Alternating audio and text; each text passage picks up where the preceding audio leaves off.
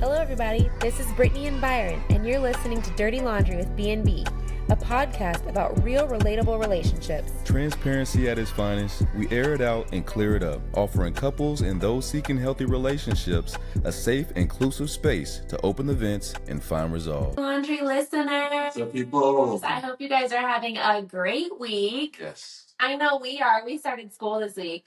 We did. Hectic. Hey, the marathon continues. We thought we had a break, and it felt like a break, but the summer just went by so darn fast. I know. Yeah. So now school's upon us. Yeah. Jeez. And now it's like we're in this car line for an hour and a half. So we all get it together. So that's like literally our life right now. Yeah, usually it's me picking up the kids. Like when I get off work, we go to pick the schools up. Goodness gracious. Dude, this is how frustrating this school line has been. I can't even speak my words. So I get off work to go get the kids, and I do it by my lonely. I'm usually in traffic for an hour and a half. Yeah. Brittany says she wants to go with me today. We thought we were going to get in there faster, and it did not help the process. Yeah. No. It didn't help, and our son missed his rotation, and so we had to pull over and wait for him. So it, Yeah. it's like It's all life, good. lifing. Yeah, all the time. But you know what? With school in the August/September timeframe comes on the NFL season. That is true. So you might not see me very much. That's true. He's not mine. And then our son plays football too, so it's It's too much. Yeah. So we are excited today because we have a guest on today who deserves quite the introduction. Her name is Eileen. She's an author, speaker, and the host of the Unsidelined Life podcast. As an ex-NFL wife, she's a mom of 15 and the founder of Lady Bellator. She brings valuable insight on faith, resiliency, and overcoming adversity. So welcome, Eileen. Yes. Hey, you guys. Hey, I have to say, I've taken a break. You're talking about school and stuff. I've taken a break from podcasting for a good month and a half. It was only supposed to be a month. So you're my first one. Wow, let's go. That's right. We'll help you get back to the group. Yes. No pressure. Yeah. That's right. Hey, guys. Absolutely. Of course. Well, normally we ask kind of what your love story is, but I think for you, we need to kind of know more about you. If you want to kind of give us a little history on you and what you've been through and what kind of brought you to this journey that you're on. Gosh, so love stories. Okay, well, I was married for 16 years, just because you had brought it up. I was married to an NFL athlete. We were very outspoken in our faith. We have 8 kids together, and dirty laundry, things changed at the 16-year point. Well, probably about 4 years before, there was just kind of a wrestling in our marriage that I don't even know any other way to say it, but basically, he joined a religious teaching that was completely different than one that we had committed to. So polygamy was on the table. Women were not created in the image of God. Our value was only really cooking, cleaning, and having babies. And so I had to wrestle through all that. And, to make a very long story very short, after those 16 years of marriage, we stepped away. My kids and I stepped away in the hopes that he would come back around. But it just didn't happen. And so, dealing with all that, but then also on top of that, dealing with that in the public eye where, it was already hard to deal with when you're in that limelight and all those things, but it took it to a whole other level. So that was probably about 10 years ago, 4 years of singleness, and then now 4 years of remarriage. So you said 15 kids. So I have 8 of my own. My husband has 7. We met online. So, it's just a crazy story, but thankfully, if we had done this podcast even last year, it would be completely different. I feel like I'm a different person. I feel like my home, my family, my marriage is on a whole different level. And gosh, I think after even a couple weeks, because of what my husband's actually going through in regards to our relationship, I bet you if I talked to you in a couple weeks, I could say, whoa, it's so different. And I say that because for me, I had to go through this healing process. I thought I did a lot within a 7-year period, 8-year period, but just this last year, and God told me, Eileen, this is going to be a year of healing and freedom. And I didn't know what that meant, but in January, I went through a couple retreats, and oh my gosh, that has really changed everything to where me just making the changes has completely changed my marriage. And so what I went through in January, February, he's going to be doing his part next week. So yay. It's called, it is part of Rise Up Kings and Rise Up Queens. So that's based out in Dallas. But yeah, so we're both a part of that. And it's just been amazing. Yeah. I love that it's entitled Rise of Kings and Rise of Queens. Mm-hmm. And it already just gets your blood flowing, because when you're in a down moment in life, you're not necessarily feeling like you should be honored as a king or a queen. Yeah. And with entering or participating in such a name already gets you excited, because hold on, I can be that. Tell me more, and how can I get there? And I wonder for you, you said 8 years. At what point did you say, okay, I need something like that to get me to rise, to become that queen that I so deserve to be? You know, I honestly, in that journey, I can't separate my faith from what has happened. It's just there's no way I could have gone through what I went through without God. But he really had to anchor me in my identity. So if you take us both, so I love it that this is like, I would say this is my first podcast that has to do kind of really with relationship, like marriage. I would say that when I went through my hardest time, I ran to God. You know, there's no option. For him, because he has a past, he has history, he ran away from God. And so when God brought us together, it was like, I almost kind of like relate to it like, I'm a Marvel fan. It's like Captain America. You know how he's like frozen in time for, I don't know, 17 years. So I'm throwing in my faith, right?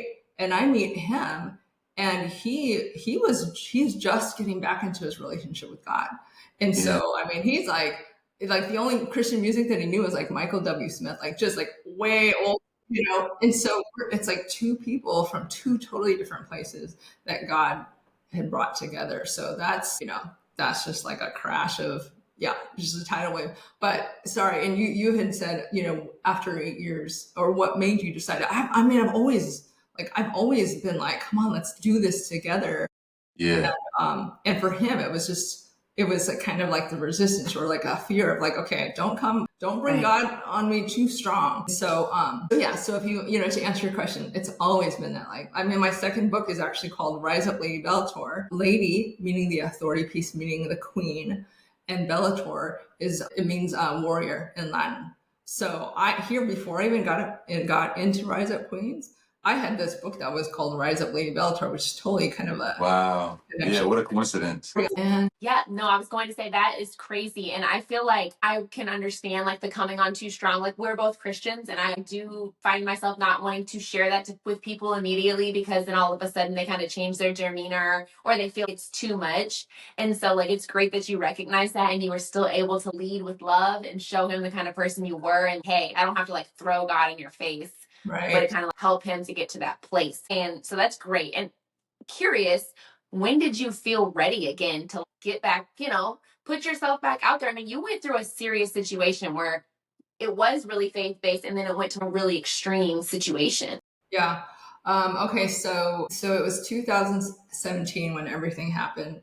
And I was just like totally just tunnel focused on protecting my kids, just, you know, kind of just moving forward. I remember at some point about, you know, the 4-year mark, where the guy who led me to the Lord, he's like, Eileen, you need to like do something. And, you know, why don't you go online? And he's so old fashioned. It was the last person I ever thought that I'd hear that from.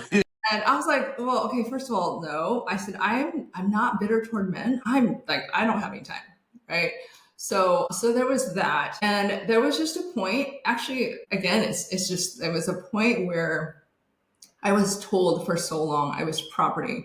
I was told that if I got married, that I'd be an adulteress. And so I wrestled with even feeling like, can I start all over? And I remember having these conversations with God, like, Lord, I didn't do this. This sucks. I didn't want to be, I didn't want to be in this situation. Right. And there was a point where I knew clearly that he was saying, Eileen, he's moved on. It is time to be in peace. Like, it's okay. And I remember from there going, okay, like it was just all of a sudden, I remember praying like, God, I think I'm ready for someone. Like, I want a friend. I want, I'm longing for this again. So he totally had changed my heart. And then from there, when I did go online, that whole thing, like online dating it's very comical. It's super entertaining. Yeah. So I tried that. I was like, and I thought it was really stupid, actually. So I went off of it, got back on, and I only went on there's another reason why I went on. It was just out of curiosity. It was actually because I had met a long time friend. I was like, I wonder if we would match.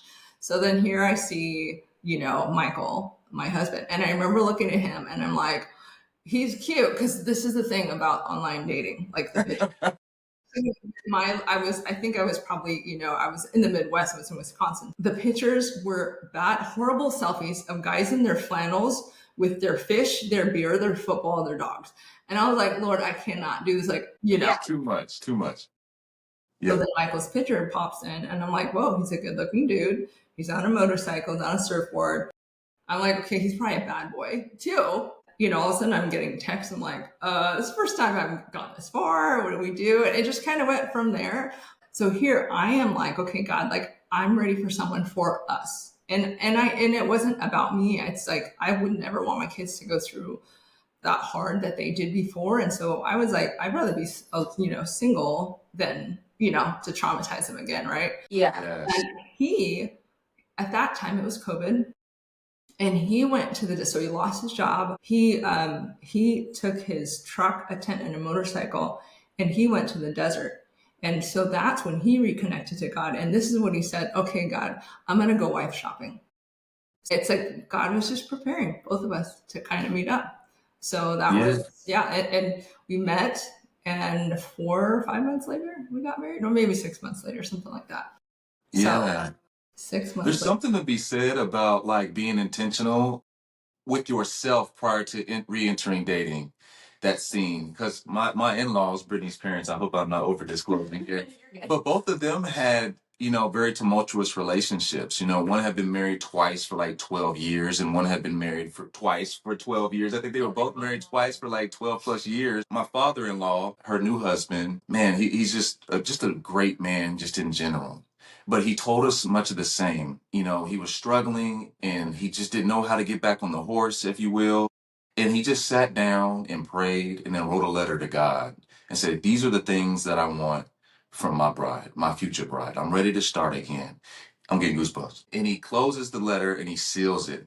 And he runs into Brittany's mother, and she just checks all the blocks. And it's just within like, 2 weeks or something ridiculous? Yeah, she said it's something like really close. And talking about fireworks, they met on the 4th of July, and it was like, it's been fireworks ever since. But yeah, I love hearing that story, because sometimes we feel like as man and woman on this land, that there is nothing else that can help us through these tumultuous times. But sometimes you just got to reach up. So I appreciate you sharing that story. Yeah. And then you also, tell me if I'm wrong, but you have probably people still looking at you. You were married to an NFL player. Like, were people still judging you and following you on socials and doing those type of things to where you still feel judged, moving on, or questioned? For sure. Social is not like, even back then, it wasn't like how it is now. So if anything, the biggest I felt, and it was probably like kind of self-induced, was because my ex was such a strong Christian. He was all in the Bible. I had protective friends and a protective community that, they loved me. They did not want anybody else to hurt me. And so my husband had to go through a bunch of hoops. And so there was that aspect. And there was also, for me, I knew that people were watching. And so I put so much pressure on my husband to like be this perfect man for 8 kids on top of your 7. And so it was a rocky 3 years. And so really, again, I have to bring up the fact that it started, our marriage, where it is now, started with me working on me healing me. Like, I didn't even realize I had not, because I was so like focused on the kids, I was just obedient to God. I prayed for my ex. I forgave him. I prayed blessings over him. Just, I chose peace. I chose joy, but I never allowed myself to feel the pain and the anger of what happened until just this year.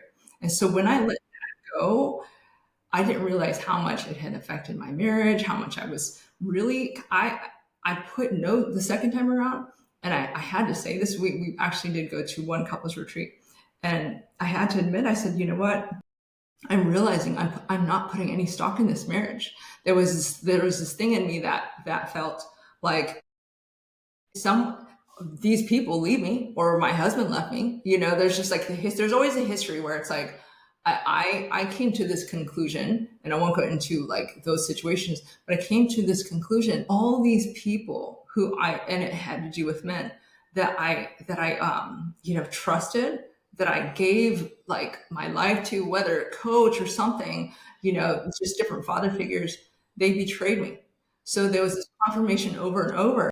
All men who I put my trust in betray me. So when it came to this marriage, I was like, you're going to do the same. So I came into this marriage with that mentality, and I really had to heal from it. And so, like I said, that has changed everything. To hear from my husband, who at one time, gosh, yeah, I mean, we divorced in this second time around for sure, that those words came up. And just 2 days ago, he said, Eileen, he goes, every year I'm more inspired by you. He goes, you're kicking butt. And we were talking about health and all these things. And he's like, I'm so blessed to have you as my wife, and you inspire me in so many ways. Like, to hear that, and then knowing it was me shutting up, me stop nagging, me accepting him for where he is and who he is right now, and just working on me has changed it. And so after this first marriage where I was supposed to be like submissive, right? I came into the second marriage feisty, and I was like, a lot of neck rolling, fingers pointing. Yeah. So God reminded me, Eileen, that's still precious in my sight. And so I had to like pull back and stop being like that. And God showed me, do you see how your behavior is impacting him greatly? And that's what he literally was saying. He goes, what you've done and how you've changed has really impacted me. Yeah, it is. You made me think about like how a lot of people confuse meekness with weakness. Yes. It's okay to be silent and be humble and to be grateful and to be present. And it doesn't mean that you're being weak. It means that you're choosing, like you stated, you chose joy, you chose happiness. And let me just respect and accept my partner for who they are. And then things just change. Your perspective just changes, and it changes everything in your relationship. I do want to know a little bit more, because I think that outside looking in, especially we're going back to your first marriage, everyone thinks you have the world, and people would think that you were so excited, like when you went into that relationship and you're going into the NFL, now you're surrounded by all of these people. Like, can you talk to us about that part, and then how it kind of shifted for you? Yeah. So, there's such stereotypes out there, it's like, oh, they're gold diggers, all those things. I loved my life before. When I was single, I was a strength coach. I worked with all these athletes, and I laid it all down for, to be the helper. And so most of us are like that. Most of us are successful, strong women, and we already have our things going, and we step into this, right? And so we're stepping in, and you pretty much you go through this identity crisis, because and you don't hear that now. Social media is all about, hey, like, look at me, look at this. You. I don't want to say, I mean, but that's kind of, who wants to say I don't look like that, I don't play the part. I mean, the especially being a Christian woman, like, there was just different elements of like, okay, should I be in the public eye like he is? How do I dress? Should I get the bling? Should I, all these, there's all those you kind of have to go through. But I found that I was losing myself because it was all about him. And so I kind of just focused on, like, my big identity was, okay, I'm a mom. And then as I kept going, it was, I'm a mom of a lot of kids. And you don't even like realize that, but you're kind of trying to find something to cling to as your identity piece. But I mean, gosh, there's so many parts. I had a shopping addiction because it was just my way to numb stuff and, like, numb pain, numb the fact that I didn't have anything of my own. I mean, for the first couple of years, it was super hard just because, I went from super busy days to just knowing him, meeting the wives and me being an introvert. It was, it took a little bit to acclimate to that. And yeah, I mean, it just was a total change in every way. That your competition is not only women, your competition are fans. Your competition are the attaboys. And so as a wife who has to say, hey, can you hang out with the kids more? Can you take out the trash? it's hard to be the number one cheerleader when you have everybody else going, you're awesome. Can I have your autograph? Hey, sign my G-string. All of those things. And so there's definitely different elements of that. I think, which was probably the biggest thing, it is hard for those guys to transition out. And so they also go through identity crisis. If I can summarize this, I feel like what he had joined, again, this is just my perspective, but then I also know there's at least 5 other women whose husbands have joined cults on different teams.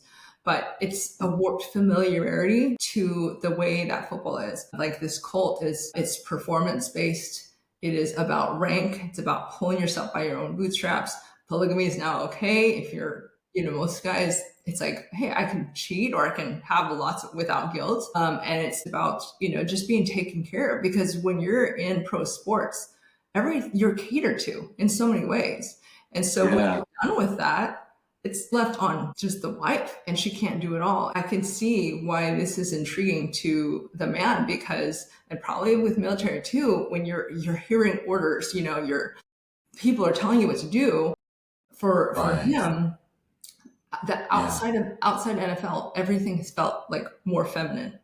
And so going back to that, the cult leader it's all about just barking orders, and so it's just community that is very familiar to, or it would just kind of sadly make sense.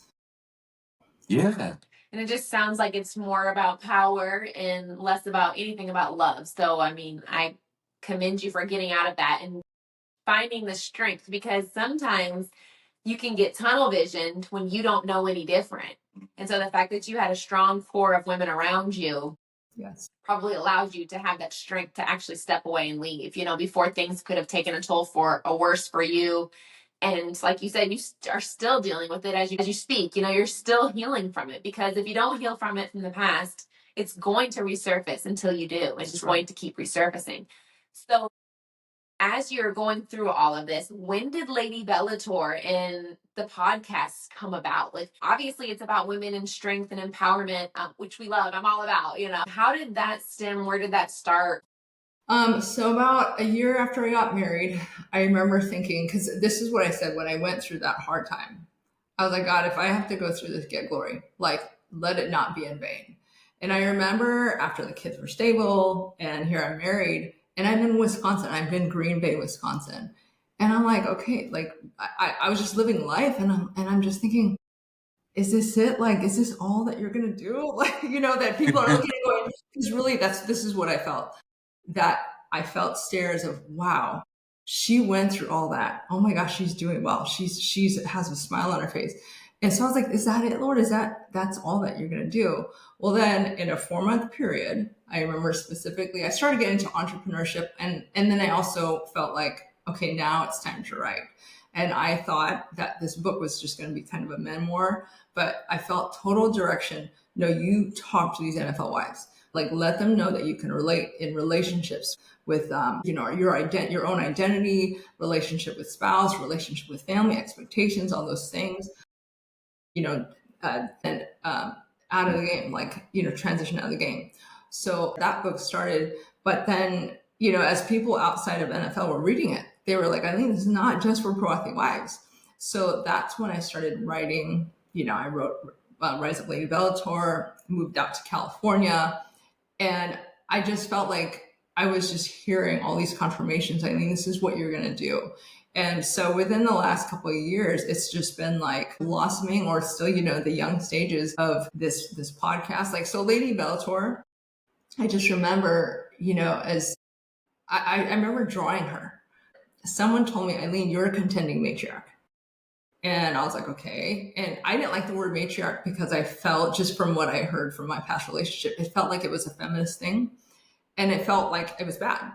And he's like, I know, a contending matriarch, look at like the Indian community, look at like tribes. They always had an older woman who was respected, who was wise, who was respected by both men and women. And so as I started researching it, I'm like, okay, like I receive it, but like, that's not a name I'd use, not sexy at all, And so when I was, just researching. Contending matriarch here, hold up. So I was like, God, I don't want to say contending matriarch. I woke up at 4 o'clock in the morning and I felt like God said, go look up warrior in Latin.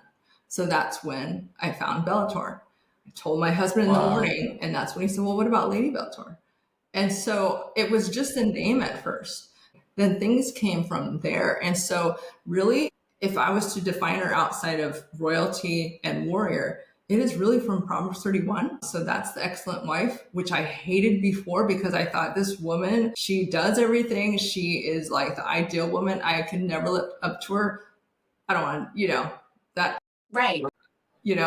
But God has totally shown me that we all are her, but it shows up in different ways. And so Lady Bellator is a Proverbs 31 woman where she is the daughter of God. She is the bride of Christ. She is the contending. She's a fighter for her family. And she's an impact maker inside and outside of the home. And so it's all in that proverb. And God is just having me go deep. And so that's where, that was like a couple years ago. Last year was only my first season of The Unsidelined Life. I would have a lot of like NFL wives as guests. And this year, I feel like he's saying, expand. Don't just limit it there. And honestly, they're hard to reach. So I'm 52. I'm like 20 something, 25 plus years out of NFL. And so it's hard to reach these ones that I'm trying to reach. So many women out there who don't know their value, who just neglect themselves, who need to get healing so they can be the wives, the moms, the impact makers that they're called to be. Because we're just, we let ourselves go when we get married. We think, it's like, it's almost as if we're holier or we're better if we just completely deny ourselves. And that's not what God called us to do. I mean, I have dreams, I have passions outside of the home. And it just, when I'm starting to fulfill them, I'm also a better mom. I feel like more bold, more confident. I'm getting my house in order. That's a whole other thing. I mean, God has just been doing such amazing things. And I just feel like it's like a rebirth, probably in the next, these next 3 or 4 months, that God's just going to like, all right, here we go. Like, here we go. So I'm excited. Yeah. And I bet it feels great to have your own cheerleader, right? Your current husband helping you through that process. And I really like how you had talked about, the trials that you had experienced. And then you're still exploring those bags of rocks that you've collected over these years. And you're now starting to share even more with your husband in January, even of this year. You've already been married 4 years, but you're still exhibiting or showing these hurts that you have experienced throughout your life, but to have someone that's willing to accept those rocks and to share his also, I'm sure has been great for you. I just want to ask, like, what has he been? And you gave us some jewels, but I just want to ask you explicitly, what has he been for you in your recent years of finding who you are as a woman, as a follower of Christ, and an inspiration to so many people? Well, okay, this is going to sound interesting because I know I'm assuming that you're hearing, gosh, he's like this godly man who is like, it's so supportive.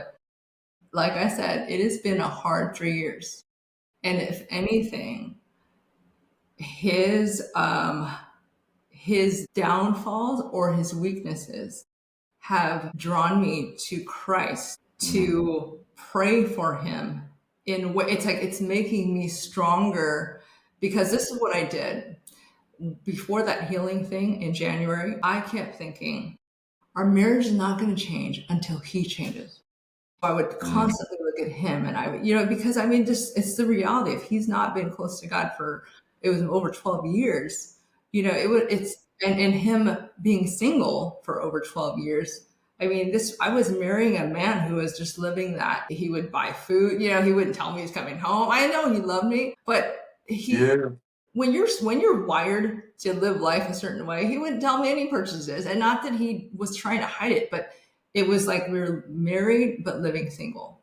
I honestly believe that these years, he has caused me to lean on God like more than the first time. The first time was hard, but this has been like, God, I'm trusting you.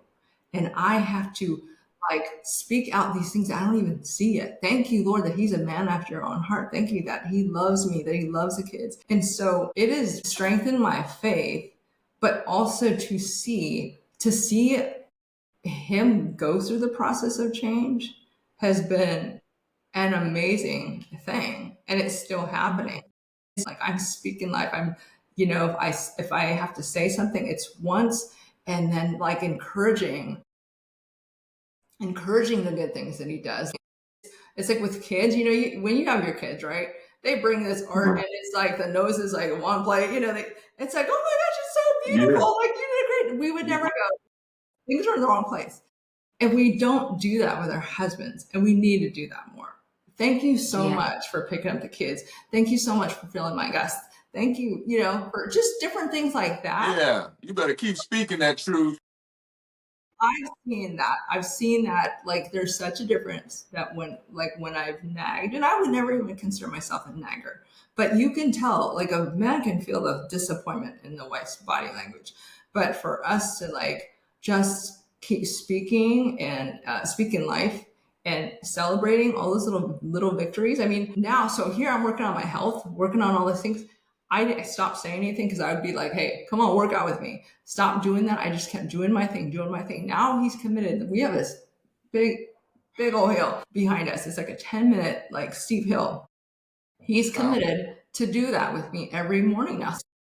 I don't know if that was the answer you're looking for, but it's like, it's allowing me to be the helper that God is calling me to be, and I get to experience it.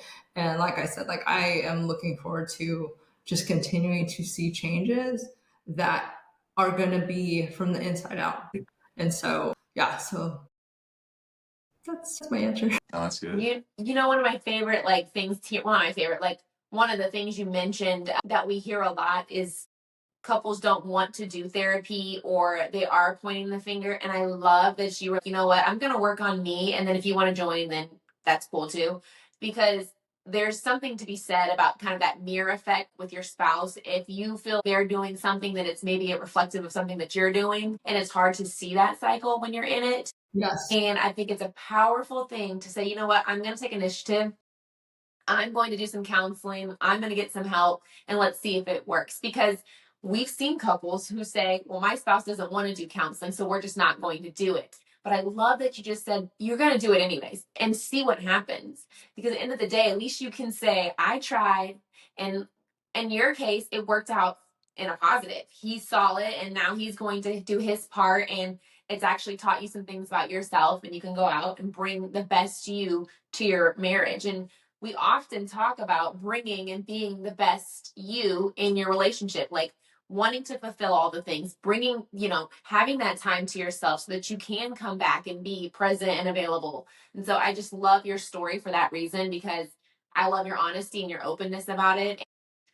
I think people can learn from that. Like, sometimes on this podcast, we say communication, everyone says that, but therapy, it works. There are people out there getting that third party, and I think people are a little bit scared of the word therapy, or they feel like their marriage has to be in shambles to do therapy. I'm like, absolutely not. You could have a great marriage and still use therapy, and you will still learn things about yourself, because we're all growing. I love what you're saying and how you're doing it and how you're addressing it. I think there's a lot to be said in the silence of how you're going about this. So I appreciate you sharing that. Thank you. Thank you. Well, I mean, this has been amazing. Is there anything you want us to know or would tell our listeners as far as Lady Bellator, where they can find it? Yes. Yeah. So we're just starting season 2. And like I said, it is going to definitely veer off of pro athlete wives to just really moms. So I'm plugging away at work and doing all these things, writing my book, my 3rd book. And I just felt like God was saying, all right, like, priorities are changing. You've got the kids all day long. And so I laid all my work down. And he was saying, like, it's time to focus on the family. And I knew it, but it was different because they're home, right? And he said, I remember clearly, he said, clean house. And it was like, I remember thinking, like, I know he means more than that, because obviously we need to clean our house with, we have like 11 people. And I remember telling my kids that, and they're like, hey, yeah. But I'm like, no. I'm like, there's something to this. And he had me start in the garage. I mean, it was a total mess. For 3 years, we never fit our cars in there. So I was like, start at the garage, completely clean that out, completely clean your kitchen, get all the drawers organized, go upstairs in your, your bathroom. And so I thought it was just my idea to go through the order. It's just, I would just kind of like, okay, we're supposed to do the garage. All right, well, and so, it was interesting because of this journey, these last 3 months, he made me realize, because it was the yucky stuff, and then now I'm at the fun stuff. Like, because when we moved here 3 years ago, it was just like hit the ground running, and you just live, you get the kids to school, and so there were so many areas in our home because we needed remodeling too. Get these things in order, get the functionality first, get to those places that are neglected, that are messy, that you don't want to deal with. Then we start putting the pictures up. Then we start putting the furniture in place. Then we start getting to the rooms where my house looks completely different from 3 months ago. But you know what he was doing? Yeah. He was correlating. Eileen, did you see where you started? You started in the messy places. You started in the places you didn't want to go to. And he was showing me, I'm talking about you. And so like Lady Bellator, Sideline Life, and my next book, he is really honing in on the healed mom. She's a healed woman. She's a healed mom, because when she is healed, like in her marriage as a wife, then she's really showing up. And that's really what I want to hit on, is healing her so that she can be the representative, like knowing her identity in God. He has totally revamped everything from my home to this home to my marriage to my kids. And so he's laid it all out, that he's like, see, you thought you took a break from work, but I totally have given you like downloads and all these things. So you got a new assignment. Yeah. You got a new assignment. Fully cleansed. Cleansed it all. Brittany and I, we went to the Van Gogh experience today, and we were greeted by a gentleman in the parking lot, and we were just asking him about his experience and his knowledge on Van Gogh. He was like, honest, like not very much, right? But he said, but there was a quote that he had, and he said it was so inspiring. And I'm going to misquote it, but I'll paraphrase it. It said that if you hear an inner voice say that you cannot paint, then by all means paint, and you will silence that voice. And I immediately got goosebumps. It's like, because there's so much power in the mental. And I thought about that as you were speaking, because you are practicing such great discernment, because I'm sure that earlier in your life, you had all these negative thoughts about how you weren't worthy. But now you're separating your own voice with God's voice. And God is now telling you, you're listening to that inner voice. So yeah, your practice of discernment and understanding your assignment and all these new things are happening because of your relationship with Christ, and you're listening to him. And it's just an inspiring story. So I so appreciate you sharing that. That's good stuff. It was really good, Eileen. Like, this is great information, and we're big, I'm a big woman empowerment girly girl. I'm a girl's girl. So I didn't know what I was walking to. I was like, oh, here we go. I might as well not even be here. When we were reading your bio and everything, I was like, oh, I'm gonna like her, Yeah. So we appreciate you. Thank you so much for coming on to Dirty Laundry. For sure. Yes. Oh my gosh. Thanks for having me. I'm on also all the things, just on Sideline Life, ladybellator.com. Proverbs 31 devotional is coming out hopefully by the beginning of next year. So yes, I'm excited to see what God is doing, but thanks for having me. I felt like, in a good way, I'm vomiting all the things that God is like showing me, and I got to do it with you guys. So that dirty we appreciate laundry. it.